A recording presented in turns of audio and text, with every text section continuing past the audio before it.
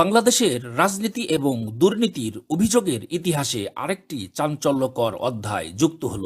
প্রথমবারের মতো একসঙ্গে সাবেক প্রধানমন্ত্রী শেখ হাসিনা, তার বোন শেখ রেহেনা, ব্রিটিশ পার্লামেন্টের আলোচিত এমপি টিউলিপ সিদ্দিক সহ পরিবারের একাধিক সদস্যের বিরুদ্ধে গ্রেফতারি পরোয়ানা। আজকের প্রতিবেদনে দেশের রাজনৈতিক অঙ্গন কাঁপিয়ে তোলা এই মামলার পুঙ্খানুপুঙ্খানে বিশ্লেষণ তুলে ধরব। ঢাকার মেট্রোপলিটন সিনিয়র স্পেশাল জজ আদালত থেকে গ্রেফতারি পরোয়ানা। অভিযুক্ত কারা? সাবেক প্রধানমন্ত্রী শেখ হাসিনা, তার বোন শেখ রেহেনা এবং শেখ রেহেনার মেয়ে British MP tulip Rezwana Siddique, ছেলে রাদওয়ান মজিব সিদ্দিক এবং অপর মেয়ে আজমিনা সিদ্দিক।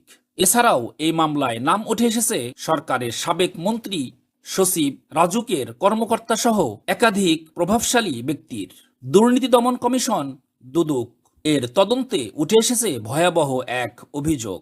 পূর্বাচল আবাসন প্রকল্পের ৬০ কাঠার প্লট, যেটি বরাদ্দ পাওয়ার যোগ্য না হয়েও রাজনৈতিক প্রভাব খাটিয়ে নিজের নামে বরাদ্দ নেন শেখ হাসিনা ও তার পরিবারের সদস্যরা। এখানে শুধু রাজনৈতিক ক্ষমতার অপব্যবহারই নয়, বরং পরিকল্পিতভাবে রাষ্ট্রীয় সম্পদ আত্মসাৎ এবং দুর্নীতির ভয়াবহ চিত্র উঠে এসেছে। দুদকের চার্জশিট বলা হয়েছে মোট ১৮ জন আসামি। তাদের মধ্যে শেখ হাসিনা ছাড়াও শেখ রেহেনার সন্তানরা, সাবেক প্রতিমন্ত্রী শরীফ আহমেদ, প্রধানমন্ত্রীর প্রাক্তন একান্ত সচিব সালাহ উদ্দিন এবং গৃহায়ন ও গণপূর্ত মন্ত্রণালয়ের ১৪ জন কর্মকর্তা। তাদের বিরুদ্ধে দণ্ডবিধি ১৬১, ১৬৩, ১৬৪, ৪০৯ এবং ১০৯ ধারাসহ দুর্নীতি প্রতিরোধ আইন ১৯৪৭-এর ৫(২) ধারা অনুসারে মামলা হয়েছে। অভিযোগ বলছে,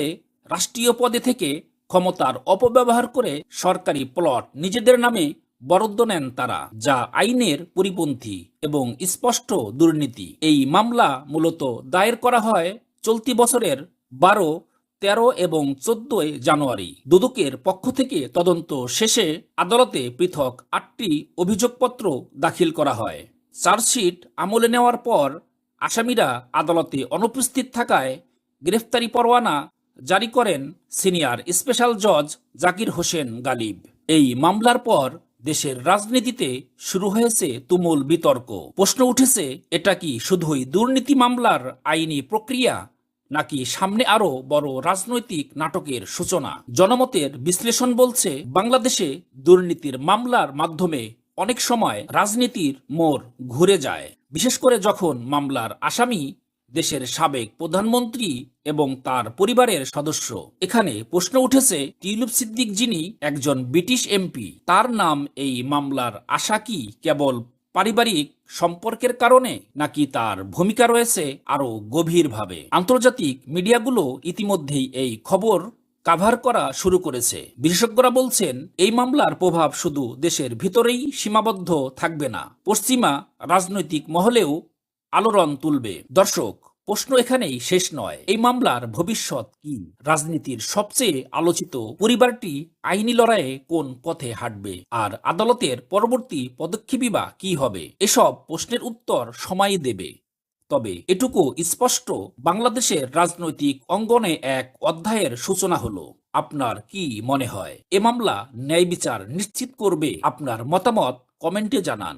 আপনি দেখছেন নিউজ 24 অন।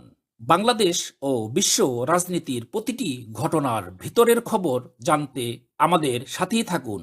ভিডিওটি ভালো লাগলে লাইক দিন, সাবস্ক্রাইব করুন এবং নোটিফিকেশন বেল চাপতে ভুলবেন না। পরবর্তী প্রতিবেদনে দেখা হবে।